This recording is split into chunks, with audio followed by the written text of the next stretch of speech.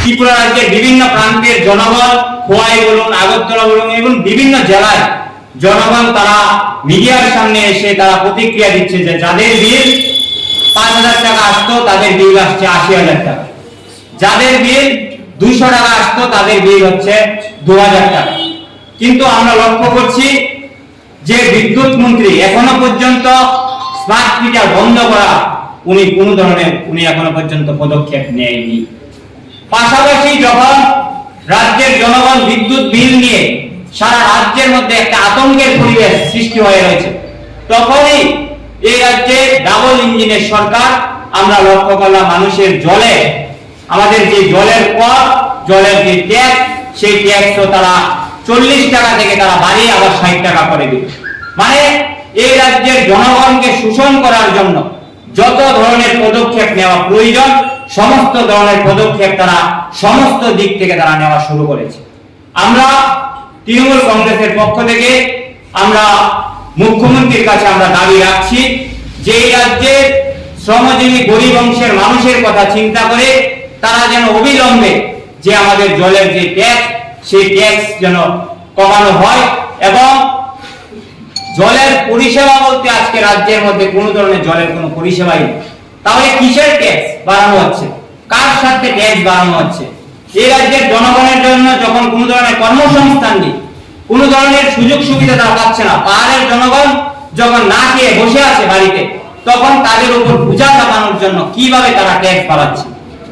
তাই আমরা আজকে তৃণমূল কংগ্রেসের পক্ষ থেকে আমরা আজকে দাবি রাখছি যে অবিলম্বে যেন স্মার্ট মিটার বন্ধ করা হয় এবং জলের যে ট্যাক্স, সেই ট্যাক্সও যেন কমানো হয়।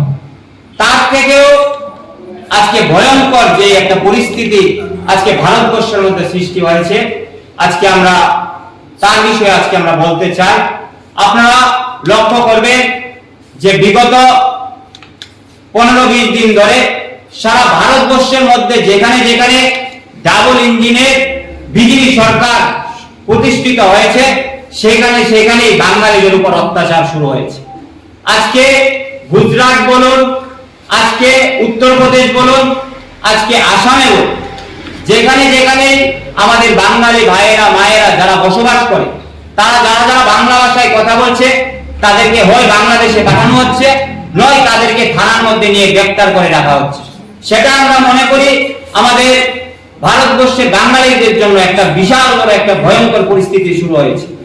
আজকে আমাদের রাজ্যের ডাবল ইঞ্জিনের যিনি মুখ্যমন্ত্রী মানিক বাবু, তিনিও আজকে একজন বাঙালি, কিন্তু আজকে তিনি বাঙালিরা যখন সারা ভারতবর্ষে বঞ্চনার শিকার হচ্ছে, তারা যখন আতঙ্কের মধ্যে আছে, আমরা লক্ষ্য করছি আজকে পর্যন্ত মানিক বাবু কোন ধরনের বাঙালিদের নিয়ে কোন ধরনের প্রতিক্রিয়া দেয়নি।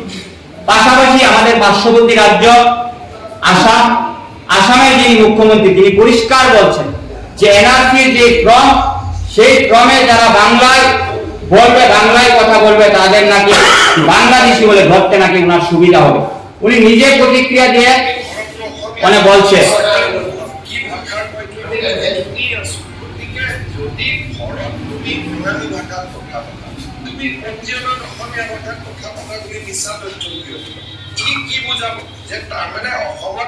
বাংলাদেশী সমাজ গন্তি কৰিব আমাৰ সুবিধাই দিয়া হওক, তেতিয়া এনআৰচি প্ৰয়োজনে নহওক, বাংলাদেশী আমি গন্তি কৰিব পাৰিম।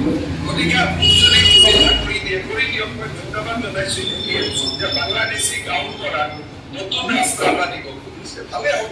আসামের মুখ্যমন্ত্রী মনে করছে যে বাংলা ভাষায় যারা কথা বলবে তাদেরকে নাকি বাংলাদেশি বলে তাদের বাঁচতে নাকি সুবিধা হবে। এটা আমি মনে করি যে বাঙালি যারা কথাবার্তা বলে, যারা আমরা বাংলা ভাষায় কথাবার্তা বলি, বাঙালিদের জন্য একটা বিশাল ধরনের ডাবল ইঞ্জিনের একটা পরিকল্পনা, তাদেরকে ভারতবর্ষ থেকে ভাগানোর জন্য একটা কখনো রোহিঙ্গা বলছে, কখনো বাংলাদেশি বলছে। এই দ্বিচারিতার বিরুদ্ধে, এই স্বৈরতন্ত্রের বিরুদ্ধে এখনো পর্যন্ত আমাদের যে মুখ্যমন্ত্রী, বাঙালি মুখ্যমন্ত্রী, ত্রিপুরা রাজ্যের ডাবল ইঞ্জিনের মুখ্যমন্ত্রী, আমরা এখনো পর্যন্ত ওনার কোনো প্রতিক্রিয়া পাইনি।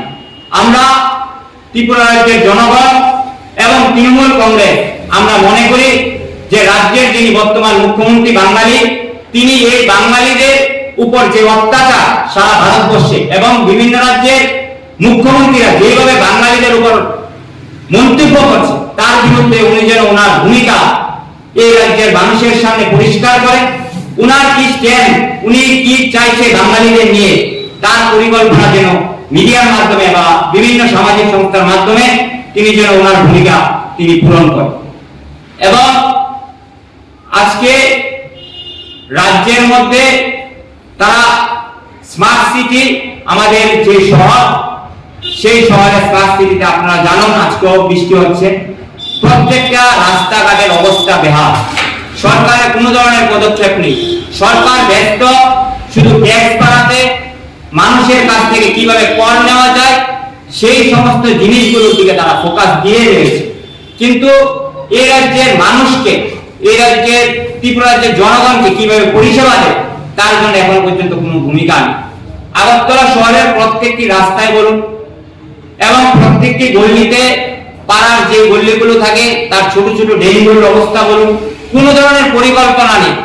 আজকে রাস্তাঘাটের বেহাল অবস্থা, সেই বিষয়গুলো নিয়েও আমরা আগামী 28 তারিখ আমরা মিউনিসিপ্যালিটি দপ্তরের সামনে আমরা 1 ঘন্টায় ধর্নায় বসবো আগরতলা সিটি সেন্টারের সামনে।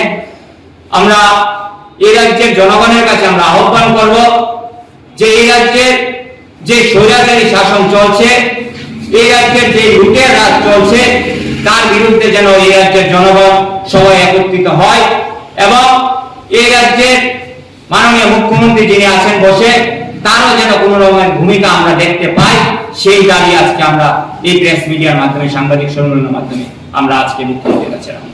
না রে, রেজিস্ট্রি করে বিয়ে করব। গয়নাগাটি কিছু হবে না রে। দিদিকে আর কত চাপ দেব বল? দিদি আমার জন্য অনেক কিছু করেছে। আর না। রুমি, এই আই রুমি, তোর সাথে পরে কথা বলছি, রাখছি। দেখ তো পছন্দ হয়েছে কিনা। চল ড্রেসিং টেবিলে চল।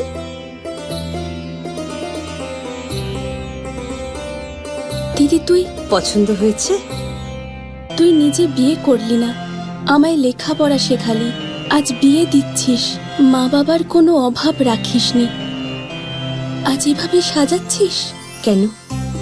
কোনো দিদি কি পারে না তার আদরের বোনের মা বাবা হতে? তোকে কি সুন্দর লাগছে। রাধাকৃষ্ণ জুয়েলারি, উষা বাজার, আগরতলা, ধর্মনগর, বিলোনিয়া এবং উদয়পুর সেন্ট্রাল রোড।